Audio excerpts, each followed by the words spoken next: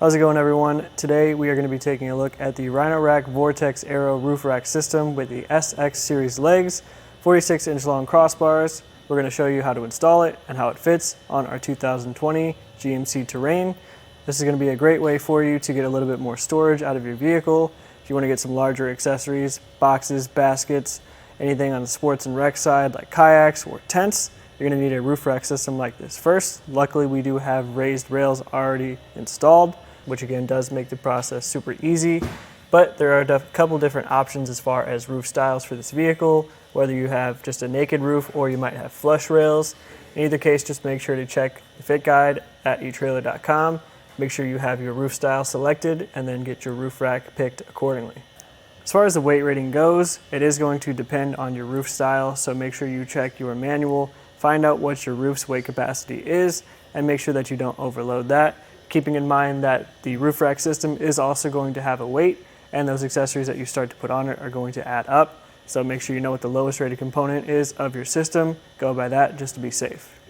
Moving on to our crossbars now, we can see that we do have the Aero style, which is how they get their name. So they are tapered in the front and the back. It's just going to help cut down on some of that wind noise and drag as you're driving. Keeping in mind though that anytime you put anything up on the roof, it is going to generate a little bit of noise. But this rubber weather strip, or the Vortex strip as they call it, that slides into our channel on the top, is also going to help cut down on some of that noise. You are going to have to trim it up to accommodate your different accessories should you choose to use the T-track channel in the top. So it's not a bad idea to pick up an extra strip if you want to, just to make sure you have enough. But it is a possibility for you to use if you want to mount your T-track accessories on there. In addition to the channel on the top of our crossbars, we do also have this measurement strip that doubles as a weather strip for the bottom or the underside channel of our crossbars. We'll take a closer look at that in the install portion, but that will typically sit underneath right there. Also, we can take a closer look at our towers. They're just going to clamp onto our raised rails, and we'll tighten that up with the hardware that we expose under our end cap here. Again, we'll look at that closer in the install portion. As far as the end caps go, right now we do just have a plastic lock on there, but you can upgrade to metal lock cores if you want a little bit of additional security. While we're here, I also just wanted to measure the total height added. So I'll go more towards the center of the vehicle here, and it is going to kind of vary depending on where you put these on your rails, but in our case, it's going to add about 3 inches to the overall height of our roof. So add that to your accessories. Keep that number somewhat in mind as far as, can I store this in my garage or anywhere you might run into clearance issues. Our roof rack system is going to be made of an anodized aluminum, so it's going to be really lightweight, but also rust, corrosion, and weather resistant, which is going to be nice for something especially up on top of your roof in the elements. That is going to hold up to that over a longer period of time. We do have the matte black finish in our case, and I do think it fits the aesthetic of our Terrain really well. But there is a silver version of the crossbars available as well if you find that that fits your look a little bit better. For our first step, I kind of just like to lay everything out so we know what and where everything is. In our case, we already have our rear crossbar set up, so we're just going to show you the front. The process is going to be the same for both, but we will have our key to unlock our end caps. We'll have our towers, tools we need to loosen up the bolts inside our channels.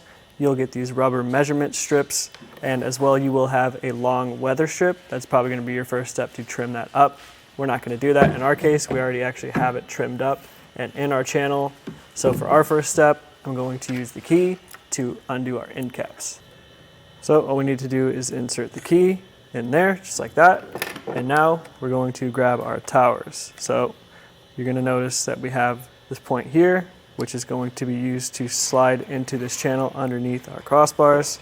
So just expose that, slide it in, and open these back up, and we'll repeat that on the other side. Here's an example of that measurement strip. So for you, you would slide it in this channel underneath and adjust the towers according to the measurements of your roof rack or your factory bars on your car. But in our case, I don't want to trim this up because this is just a demonstration, and I find it easier just to get these loaded up and then go by the overhang. Now that we have both our towers on and roughly in place, make sure they're opened up, and then we'll just set this gently on our rails for now. And we're likely going to have to use the tool to loosen them up maybe a little bit more on one side or the other. Once we have both of our crossbars roughly in place, I'm going to use a tape measure and measure from the center of one to the center of the other. For us, I like to look for a universal number of about 28 inches. That's just a solid number as far as most of your rooftop accessories are going to go. With the rail setup that we have here, we do actually have bolts inside that are going to be for your fixed rail roof racks, so you can go by those if you'd like to. I find that this number is just a little bit more useful for me, but you can change it up based on what you need.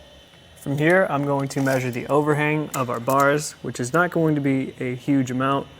In our case, it's going to be just about 1.25 inches. So I'm going to go to the other side, measure the same thing, and go back and forth until I find that the overhang is the same amount on both sides, and then we can start tightening things down. Once we've matched up our overhang on both sides, we're going to use the provided tool. You see this bolt on the underside of our channel here. So we're going to fit this in there and start tightening it down. In this case, I'm only going to go to about 75% or so on this side because I don't want it to start pulling too much towards one side. So I'm going to go about 3/4 of the way over here, go to the other side, tighten it down, and come back, finish them both. I've been back and forth, and now I'm going to finish up on the side that we started, tightening everything down fully, and we'll show you this torque spec on the back of our tool here. So once this line gets to the point where it's straight, that's the torque that you're going to want. So we're about there now. I'm okay with that. And at this point, I'm going to replace our end caps here. So just slide them back in place, lock them up, and we'll repeat this process on the other side. Once we've tightened everything down and all of our end caps are back on, the last thing I'm going to do is just do a simple shake test. As you can see, I'm moving the whole car, and our roof rack isn't moving at all, so everything's installed, it's sturdy, and we're ready to go. Overall, if you're looking for a roof rack system that's going to be durable, really easy to set up, adjustable to accommodate different items on top of your raised rails, this is going to be a great choice.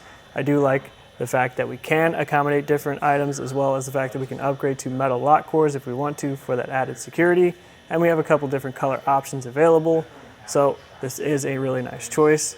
We just, again, took a quick look and showed you how to install the Rhino-Rack Vortex Aero Roof Rack system right here on our 2020 GMC Terrain.